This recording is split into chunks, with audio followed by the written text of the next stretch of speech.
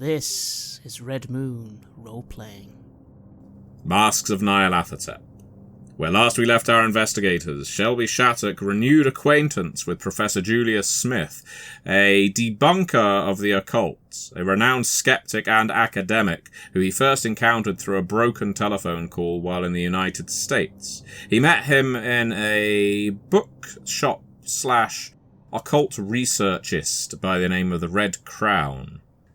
Became familiar with what Smith was investigating himself, some long voyage to Constantinople, which may or may not connect to what you're looking into.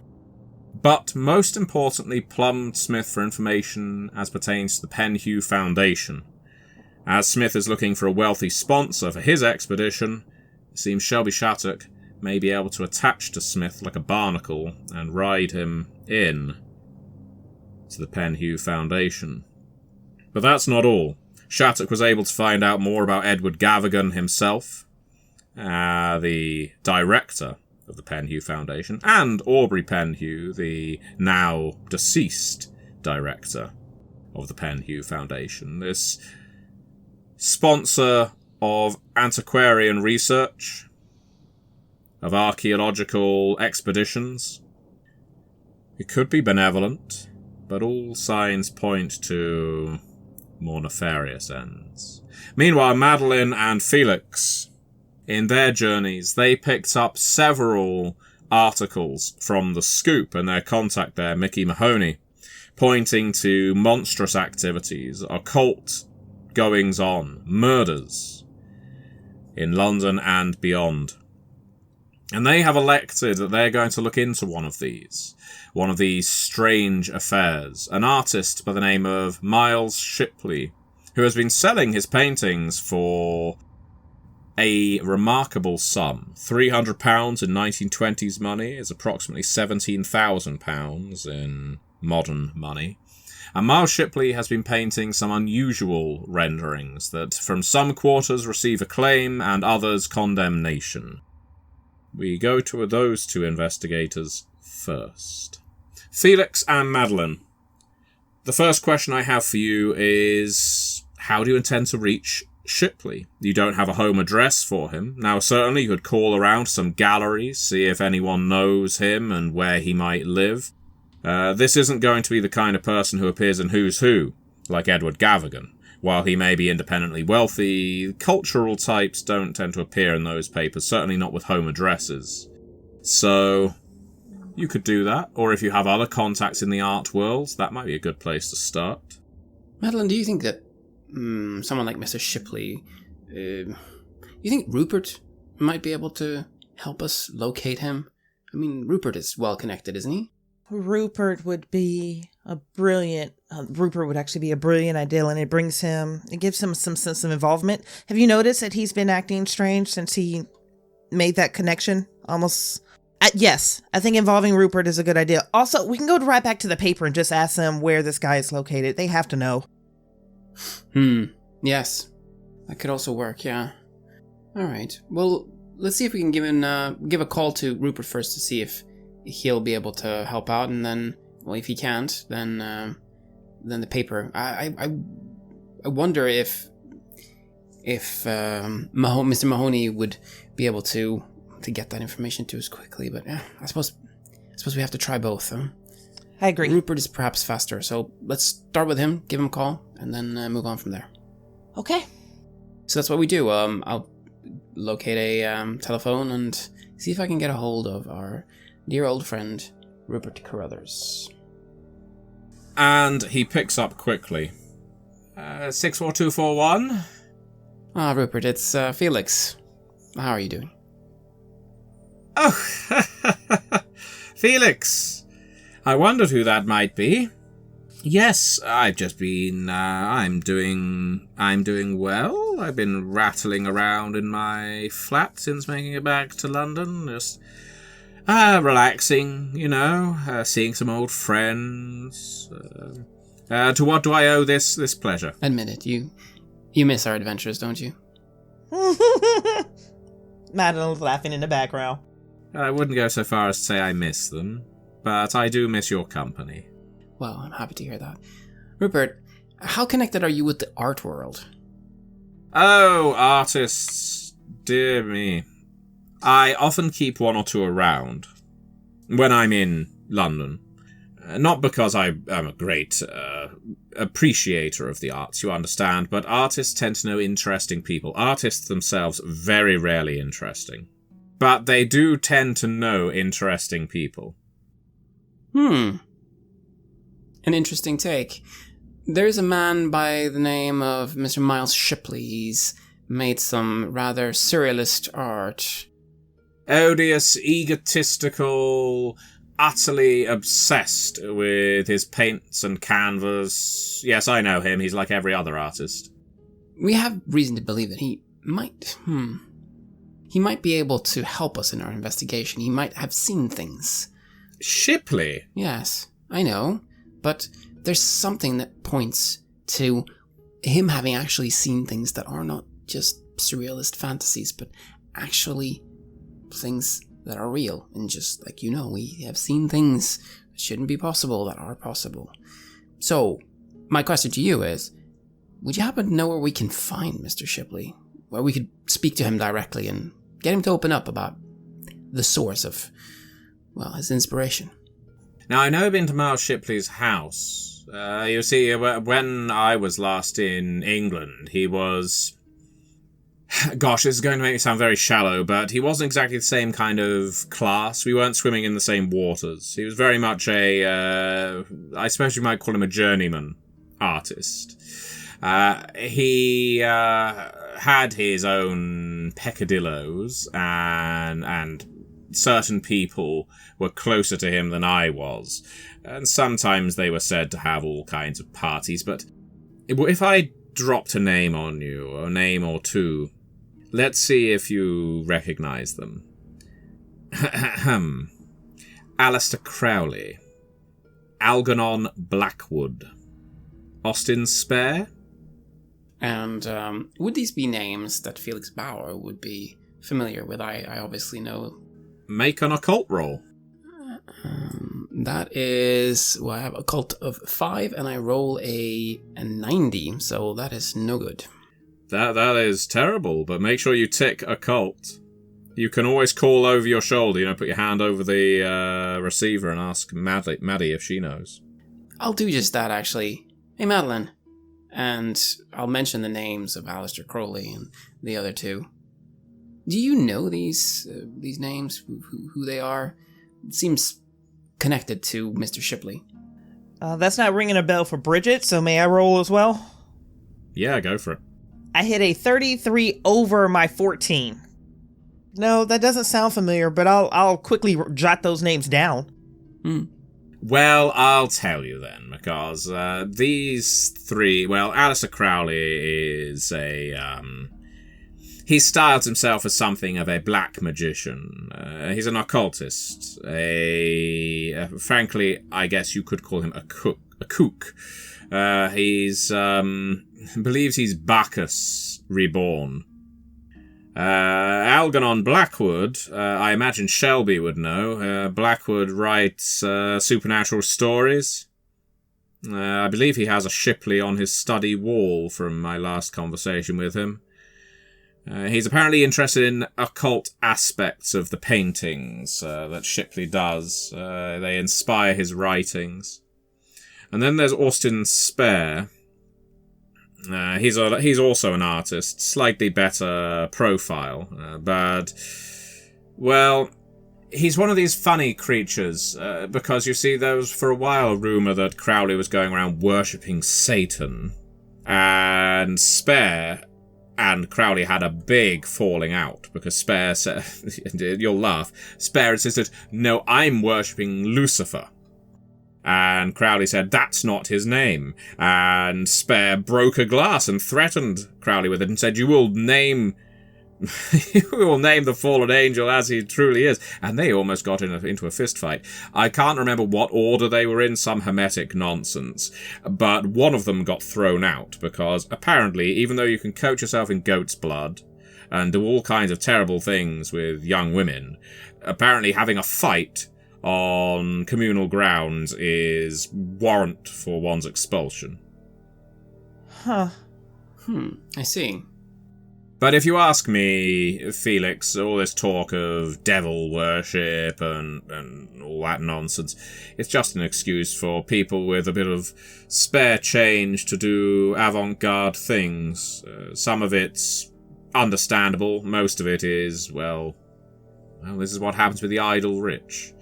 As for Shipley, well, people like that are attracted to him because he makes these provocative artworks, and they see what they want to see in the frame. The reason I never got on with him isn't just because he's, well, there's all kind of stories about where he's from, but it's because I see him as something of a con artist.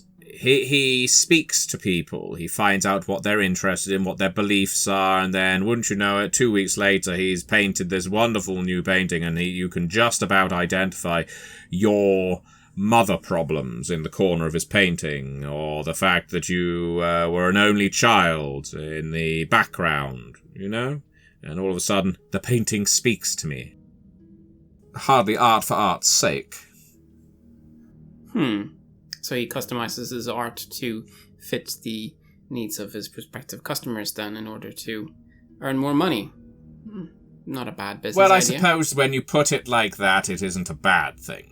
Well, it's not completely honest, though. I totally see where you're coming from. If he was describing himself, Felix, as an artist working on commission, that would be one thing. But to come in like some kind of medium and say, I was caught in a trance and started painting on a canvas, and this is what came out after you spoke to me, then you're misleading somebody, in my view. That is true. You're correct. But, no, as for where he lives, I couldn't help you, but I could point you to let me just check. There's a lodge for this, is it? The Hermetic Order of the Golden Dawn. Don't join, Felix. I'm sure you wouldn't, but for goodness sake. They have a lodge in Bloomsbury, nice part of town. I'm sure you'll find someone there who's a big Shipley fan. Well, thank you. That's a really good hint there, yes. We'll check out this Hermetic Order of the Golden Dawn then and see if they might be able to lead us to Mr. Shipley. If you happen to think of anything else, get in touch. Oh, well, one last thing. Shipley still lives with his mother. I know that. I don't think he has a partner, as it were. There are a number of galleries that have approached him to put on a collection, but he turns them all down flat. He prefers private sales. So, yes, I suggest you check out these Hermes people. And, best of luck. Thank you. Thank you, Rupert. Don't get yourself sacrificed to Satan, Lucifer, or Beelzebub. Or shot. We'll try our best. And I'll hang up. And if there's anything that you missed from that call, I'll relay all that so that you have everything that Rupert mentioned here. So that's what he's suggesting. We check out the Hermetic Order of the Golden Dawn and see if they might be able to lead us to him. Are you heading directly there? Yes, I think that would make sense, right? We have a solid clue now. Let's see if we can at least talk to Mr. Shipley before we report back to Shelby. It feels like we need a little bit more meat on the bone, as it were. I agree. You arrive in Bloomsbury via taxi, and there is nothing to really set this lodge house apart from any of the other opulent Victorian buildings in Bloomsbury, in the sense that it is a big building. It has some architectural brilliance to the exterior, flying buttresses, some gargoyles to give it a Gothic effect, but that doesn't, as I say, make it stand out terribly, because everyone who either runs a business around here or lives around here has decorated their house in typically eclectic fashion. No one has built in Bloomsbury with rhyme or reason. That might change in the next few years, especially if it ends up getting bombed in the Second World War, but for now, the inspirations show that there are people who dwell in Bloomsbury who are obsessed with Egypt, or obsessed with ancient Greece, or are fascinated with the Gothic style, fascinated with Neo-Georgian. There's even some American style, as in Deep South American style. There's lots of pillars, lots of flanges, lots of heavy wooden doors, steps, marble, the occasional granite. It's like walking into, well, the architectural equivalent of a Christmas tree. But the Hermetic Order of the Golden Dawn you can find easily enough, because despite the fact they describe themselves likely as a secret society, they have a gold plaque on the exterior of their building, which identifies them as the Hermetic Order of the Golden Dawn, as if you were approaching an accountant's or a dentist's. At this time of day, Bloomsbury is very quiet. Most of the people who live in a place like this are working in the financial districts, or are otherwise out in town. Certainly there's no traffic in a place like this, so you approach the front door. There is a doorbell pull. I'll look to Madeline and I'll pull it. You hear a clang-lang in the building. There's a brief pause. The door opens. A young girl, you would put her about 11 or 12, answers the door. She is eating an apple. Oh, hello there. Do you work here? She adjusts her robe because she is wearing the equivalent of a bathrobe. No? Well, could we speak with someone who does? She takes another bite from the apple. No one works here. Well, how about this then? How about we could speak to someone who's a little bit older? Do you think that'd be possible? She gives you a look. Make a psychology roll. That's a 36 over 13, so that's a failure. I hit a 3 under 45, extreme success. Psychology, extreme success, tells you everything you need to know here, some of which can remain unsaid. When she looks at you, after you ask for someone older, there's very few people in this place who ask for someone older. Most of the people want her. And what's more, she is clearly doped. Her pupils are dilated. She is giggly because she is doped. You can see that there are bruises on what skin of hers is bare. Whether there is any kind of sexual element to what is going on is, well, quite possible. There's no doubt you have heard of groups like this Hermetic Order of the Golden Dawn. But there's equally the possibility that she is occupying some kind of muse role. That she is some kind of icon for this group while they perform their, frankly, ridiculous rituals. Obviously, those rituals may have a dangerous aspect. Don't be mistaken. They could be deeply abusive and insidious. But one thing is for sure. She is not of her right mind, and she's never been asked a question like that before. It's involuntary the way that my left hand is just going to reach over to Felix and grab onto his wrist, and my fingernails are going to start digging into the flesh there, because at this point I have to rechannel this recognition, this realization in this moment somewhere that's not immediately snatching this child out of the house and just factory resetting this entire situation. So I'm going to do everything I can to ground myself into the one anchor that I have that's next to me, and I'm just going to wait for her to respond again. Older. You want older. And feeling the nails digging into my skin, I'll just swallow once and say, yes, we would like someone to help us, and I'm sure you could be very helpful, but Okie dokie. And I look to Madeline. She closes the door on you. Can I stop that? Yes, you can put your foot in. You don't need to roll for Perfect. She's not shutting me out, not after what I just saw. And she's completely unaware that you've held the door open. She is oblivious to if it's slammed behind her or not. She doesn't skip off. She kind of ambles, zigzagging, not intentionally. You are in a large and well-appointed lobby. Again, lots of marble, alabaster, granite. There is a large painting on the wall, which, without even having seen any of Shipley's work before, based on the descriptions in the headline, the Shocking Canvases Craze article, you are certain is one of his. It is titled underneath as An Ode to Bacchus in its Audacity. And you have never seen a more pornographic painting. Now, certainly you've seen the kinds of things that are rendered in classical style or Renaissance style, acts of love and human bodies in naked form. That isn't unusual. But this is sex. This is sex at its rawest and, dare I say it, at its most unpleasant. The characters, the people depicted in this artwork, you're not sure anyone is enjoying the acts they are perpetrating.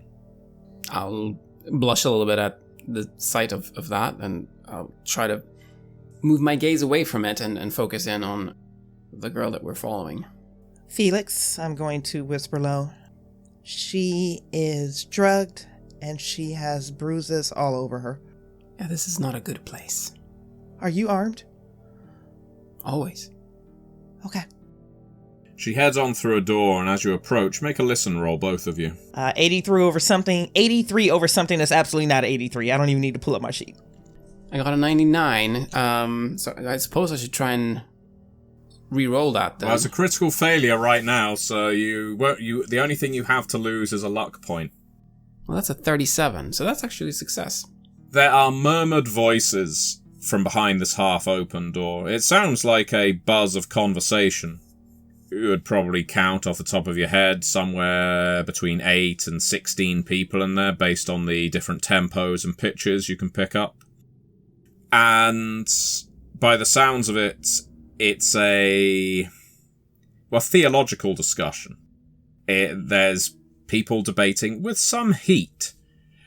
God, angels, devils, their interference in the works of London. How haven't you noticed that the underground is being built in conformity with the symbol of Mephistopheles? To which there is light laughter, but none of the mockery is taken with aggression. You've already heard that leads to people being banned from this place. And then you hear her say, "Someone at the door wants someone older. Sit in the corner." But someone at the door someone at the door asked for someone older. I told you not to answer the door. Sit in the corner. Okay. So she doesn't come back to you, not knowing you followed her in. Are you entering this auditorium where discussion is taking place? I'll look to Madeline. Would you be listening a bit more, or just head in and ask? You've been around me long enough to know that we are very quickly navigating into a space where it's going to be all poor decisions from here. My nervous system has kicked over into emotional-based decisions and not tactical or logical ones at this point. It's going to get very colorful if you either don't take charge or help direct it. I say we go in and announce ourselves. Indeed. Let's do that. I'll open the door. Do you have your gun drawn, Felix? Because that obviously sets a tone. Having looked at Madeline before I open the door, is that what you're expecting? No. It's at least not yet. No, I was thinking the same thing. It's a little bit early for that. The two of you enter the room. Meanwhile, Shelby Shattuck. You parted ways with Julius Smith, giving you some time for your own investigation. Now, he wasn't the reason you went into that shop in the first place. You did talk about possibly reaching out to Erica Carlisle, though, of course, that will require a long-distance call. They do exist. Or you could just send a telegram her way. Alternatively, you can research the Penhew Foundation via other means, or indeed Edward Gavigan. Of course, you could always pay a visit to the Penhew Foundation if you particularly fancy the trip to Tottenham Court Road.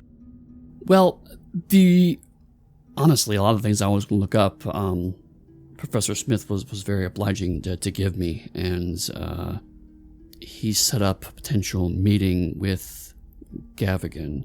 So I think the telegram might be a good next step, but that won't take long to fire off. I don't think I want to get into a long call with her, because it's gonna get awkward. Yeah. Okay, so you send a telegram to Erica Carlisle. What is the nature of this telegram? That's an interesting question. To be honest, I haven't even thought about Erica Carlisle in months. God, scandalous. I will say that I find myself in London, and I ran into a telegram. I have to keep this short, don't I? Ideally, otherwise you're going to be paying a lot of money. In London, met colleague who mentions Penhew Foundation and Gavigan. Advice on Gavigan appreciated. Sincerely, Shelby. And you send that off. Can I ask you to make a luck roll? It's slightly less luck, 55 over 46, but still a failure. Okay. You send your telegram off. And then, I don't think I'm going to go to the Penhew Foundation, but I think it is worth going to Tottenham Court Road to at least get a sense of the area, because last time I went to a place with a occultist that had nefarious potential anecdotes, I ended up getting caught in the building, so knowing what potential exits are around and what kind of the environment is ahead of time might be good. You know, that is actually a very smart idea. So, the Penhew Foundation. As you know, it is in central London, on Devonshire Street, just off Tottenham Court Road. It's a high Victorian building you're able to observe from outside. Fewer stories and greater ceiling height than most of the buildings on this road, but it is grander in scale. You can see that while it is fenced around the outside, those fences are ornamental. They would be very easy to scale, should you wish to. And there is entrance through the front, which is a staircase heading up toward double doors, as is the style of these kinds of buildings. But there is also a much larger entrance to the rear. There are sliding gates that basically obstruct passers-by from just wandering in. Though again, the fence wouldn't be too difficult to scale. And that would lead you to loading and unloading, because, of course, this place is used for import and export as well as storage and sponsorship. There is actually a sign outside. A sign in the sense that it is, another ornamental fixture that advertises the foundation as the house of Egyptian artifacts recovered from the sands of time. Presumably this little signage was built or constructed when Aubrey Penhew was still in charge, since Gavigan has extended its reach. A few questions. Is this a detached building, or is it a row building? I know in central London, a lot of those buildings tend to just be long row buildings. This is detached, though not by much. The fence that surrounds it is basically, there's about 10 feet between the fence and the building, and then there's 10 feet on the other side between the fence and the next building. So there's no road that runs down either side of it. It's essentially what would be garden, but the whopping grey iron fence that basically cuts through the middle of it has kind of put pay to that. Make a spot hidden roll, please. 42 on 42. I rolled exactly it. You pick up that there is a doorman on duty at the front door. That's the sole public entrance, as I mentioned, as this is still mid-afternoon. You would be very surprised, Shelby, if a doorman was basically stood outside this front door even at night. This is ultimately a public building with a public service. This isn't the Juju House, which it was a private operation tucked away in the middle of, of Harlem. This place needs to look like all the other buildings in this area. Unbeknownst to you, you're actually not that far away from the Hermetic Order of the Golden Dawn's building, which is about a couple of streets over. So coincidentally. Interesting. I assume this is reasonably close to... Actually, is Tottenham Court Road Station existing yet? Yes, it does exist at this point, and while the London Underground entrance isn't on this street, you only have to cross a couple to get there. So what I'm getting is a picture, like you said, that this is unlike with the Juju House. If something were to go sideways here, it would attract a lot of attention very, very quickly, and also that there are plenty of places to escape to avoid things that need be. Absolutely. Unlike in Bloomsbury, where the Hermetic Order is, there's actually plenty of people around here. There's people who are heading up and down the steps at the front, and when you're circling the building or travelling down the rear street, you can actually see folk who work at the Foundation loading and unloading. So this is very much an operational foundation. This isn't just a front for something. Whereas the Juju House, you were only going to seek that out if you were looking for it. Right. Okay. I think I've got all the information I need from there.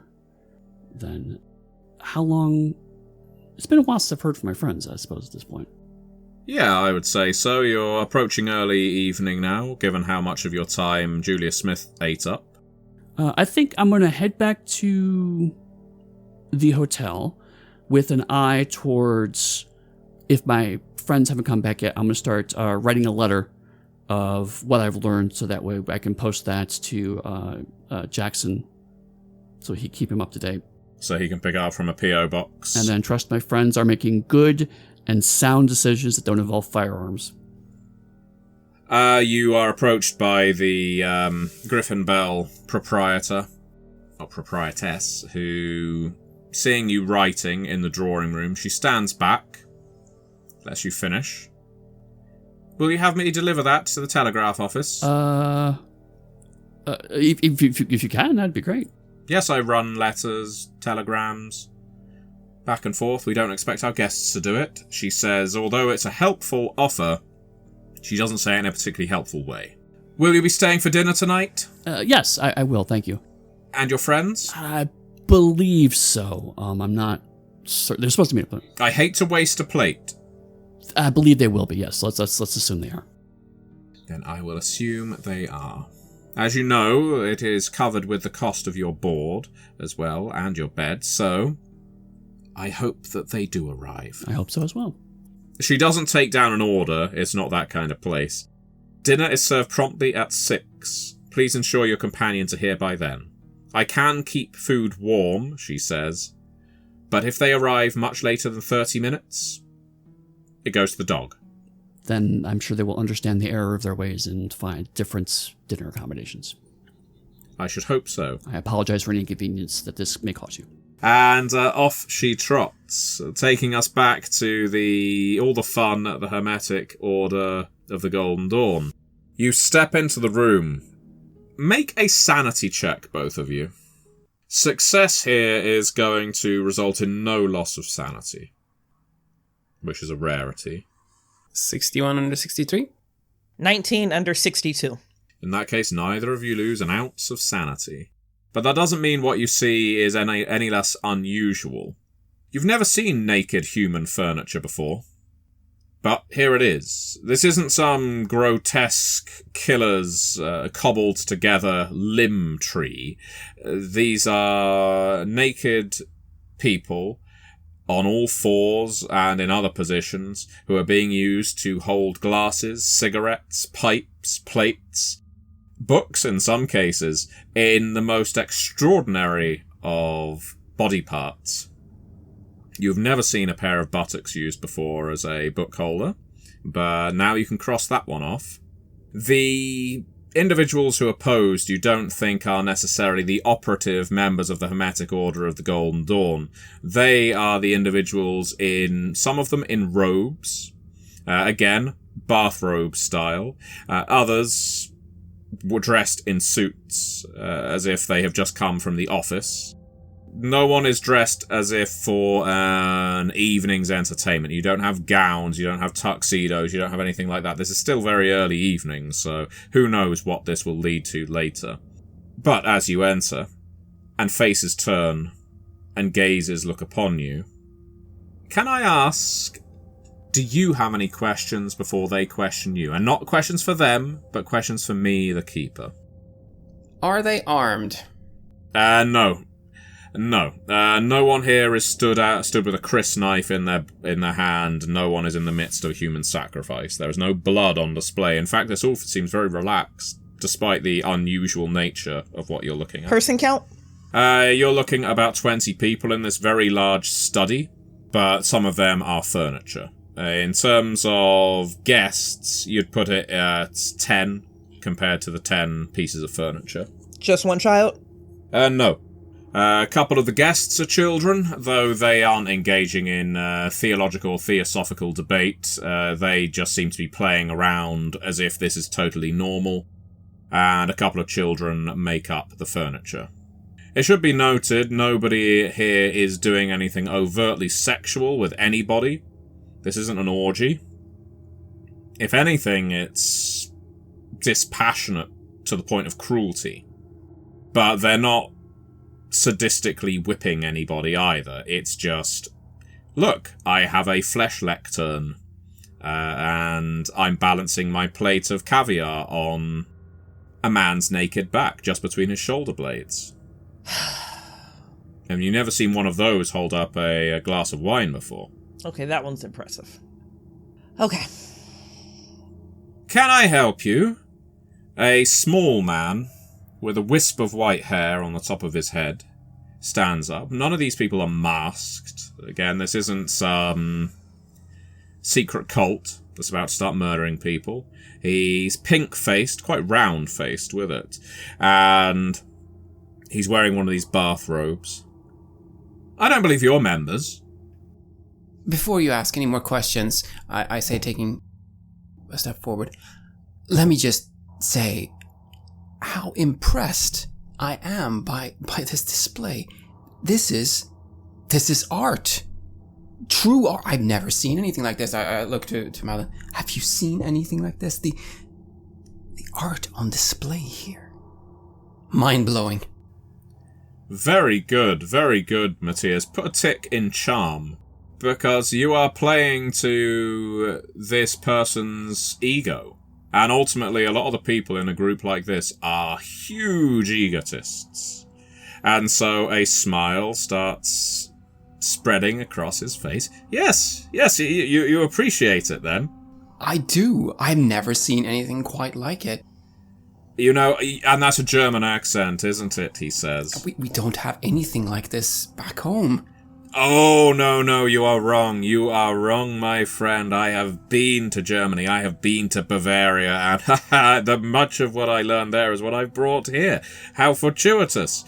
Who are you, though? Oh, my name is Felix. Felix Bauer. I say, using my real name for some reason. I am a huge, just admirer of art, and I have been told that I should come and see the Hermetic Order of the Golden Dawn, because that is where art is made, where it's created, where new art is born. And I come in here, I see the wonderful painting by Mr. Shipley in at the entrance, and then I come in here. You know Shipley? I do. So I was... Oh, and I see you've brought an exotic specimen. Everyone in this room is white, Madeline. Of course. I'll try not to answer that question. And I'll just move the conversation back to, yes, Mr. Shipley. But I just, again, kudos to this display. May I just look at this for a while and marvel? You can look, but you cannot touch. It is very rare that we allow outsiders in here at all, but I have to say you have... I'm sorry. My name is Crowley. Alistair Crowley. And it truly is my pleasure to meet someone who shares my predilections. Yes. It's a great honor, and if there's an opportunity to go and shake his hand and then kind of really show. Oh, he shakes your hand, and he puts his left hand, as he shakes you with the right, he puts his left hand on the back of your forearm. It's almost a Roman-style grip, and he gives it a squeeze. In fact, you feel him squeezing as if testing your muscle with his thumb, and then he adjusts the grip a bit and pushes a little further down on your wrist. You are getting the impression this is some kind of secret handshake, a code of some kind. Felix, I'm going to ask you to make a... this is going to be some kind of body language thing. I'm going to ask you to do sleight of hand, I think. I know that isn't your strong suit, but I'd like you to go for it. Or cryptography, if that's on the... I don't think it's on this sheet. I don't have it here, but I do have sleight of hand, so just a basic chance of 10. I get a 14. So why don't we buy a success here? Yes, so you're spending 4 luck to hit the rating? I will. Excellent. All right, well, in that case, you now know the secret handshake of the Hermetic Order of the Golden Dawn. Think of the parties you will be invited to now. Are you returning the gesture? I will, yes. Mein deutscher brother! He hugs you now. I'll hug him right back and I'll just bask in this moment. Alles klar, Herr Bauer, alles klar. And I'll just see if I can sort of become a part of this then situation, and then I will want to ask about Shipley as soon as the opportunity presents itself. Yes, well, he does. Aleister Crowley is clearly a gentleman, and when he releases you, he does take a step over to Madeline. And who might you be? He shows you all of his yellow teeth. I'm going to default to the best, safest place I particularly can in this situation. One, in just pure marvel and humility and awe of what Felix just got off. And then to see if I can find my place in a place of silence and submission and just try to blend into this moment. So if I am directly approached, I am going to almost tactically mirror that in reverse, getting closer to Felix and averting my eyes and just being quiet. Very well trained. You know, I had one once, but they're very difficult to break in. I'll try to nod knowingly while at the same time feeling very uncomfortable. And so Alistair takes you around the study, explaining certain things to you, snatching the glass of wine off of its slowly faltering perch.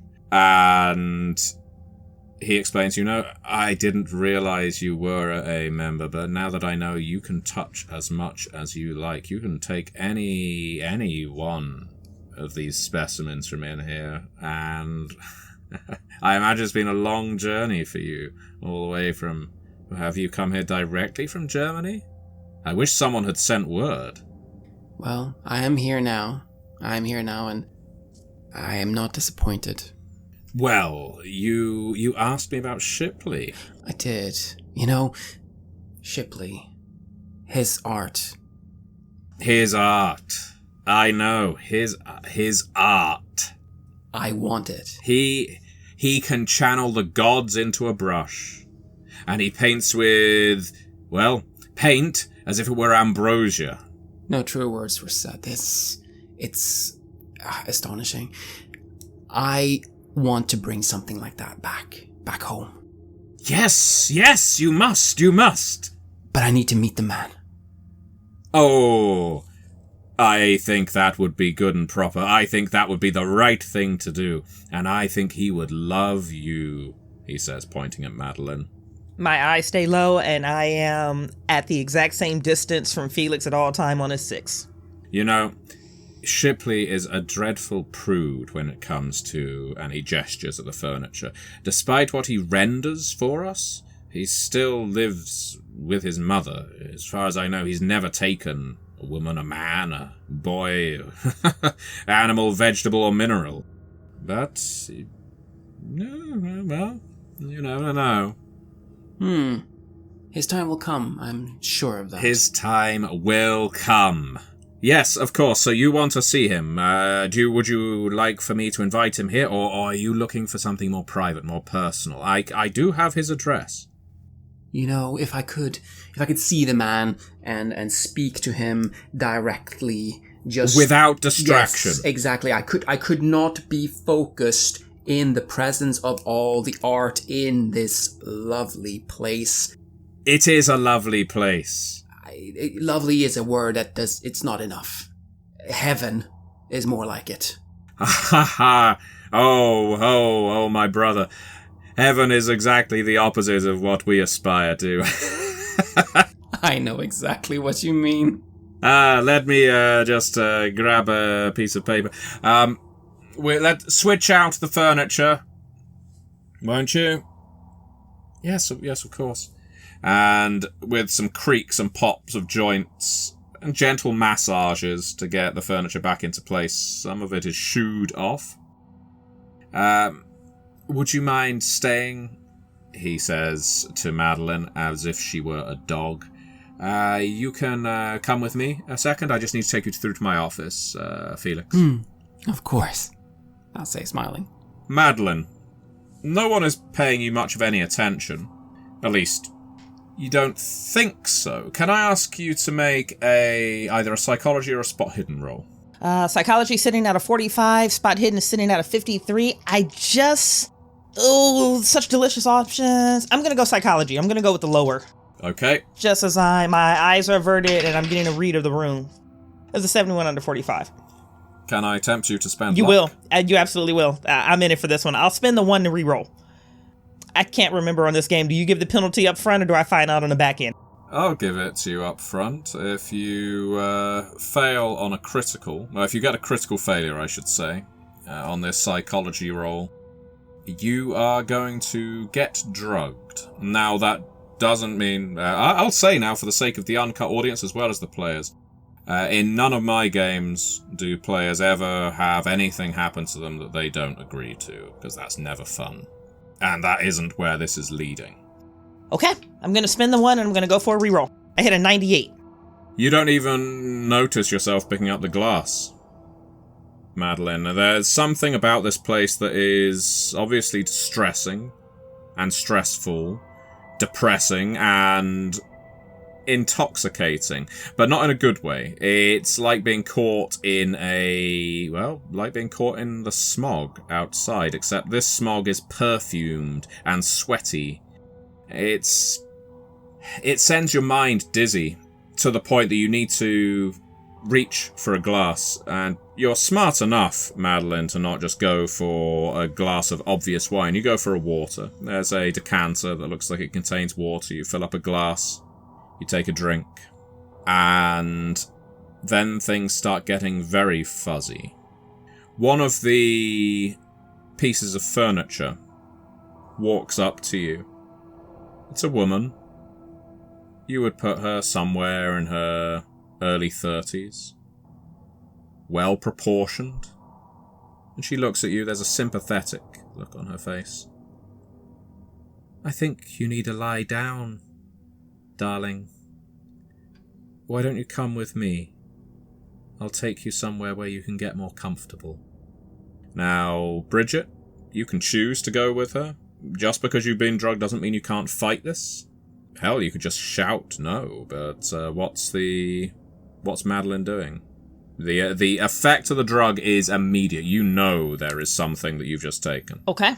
So I at least have a surface level awareness that I know that I'm not in control of all of my own faculties. Something has shifted. My periphery is off balance. I have a reverse question for you, Keeper. What's more colorful for the story that you're trying to tell? Because I can go either way. I can absolutely go and follow. I can resist, or I can, I don't know if I have permission to follow you. And then tee back to Maciej. Bridgett is completely comfortable in a green light across the board because I trust your storytelling. I trust you. What's most interesting for the story you're trying to tell? What's most interesting would be you probably being led off, but not so that Felix could dive in to save the day, so that you could at that point come to a realization about this place and then fight against your stupor. Okay. My eyes are swimming. I feel very warm all of a sudden. And I recognize that I do feel tired. Laying down would actually be a really good idea right now. Maybe I can try to make sense of whatever all of this is. I don't know if if I should. It's okay, there's lots of people like you here. There's lots of people like me and lots of people like you. You're perfectly safe if you're with me. And she smiles. Just hold on to my arm. I'll take you somewhere. I'll take you to our sanctuary. And I wrap my fingers around her forearm. Part of me wants to look back at, what is his name? I came here with someone safe, a friend. Stop looking over your shoulder, darling. Come with me. And I blink, and that sounds like sound advice. And you are led behind the curtain, through a tight corridor where she leads you ahead as if almost a child taking you on an adventure. Alice taking an adventure in Wonderland, and you are heading down the rabbit hole right now. And you emerge into a room that is almost sickeningly bright. But here is where we will end our session.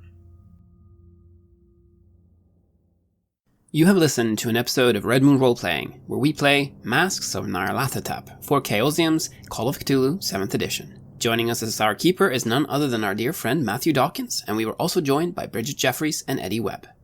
The music was made by Aegersonus and Halgrath, and we've also used Cryochamber's Lovecraftian compilation albums. All of this with the permission of Cryochamber. Check out their website at cryochamber.bandcamp.com or their YouTube channel for some moody dark ambient for your gaming table.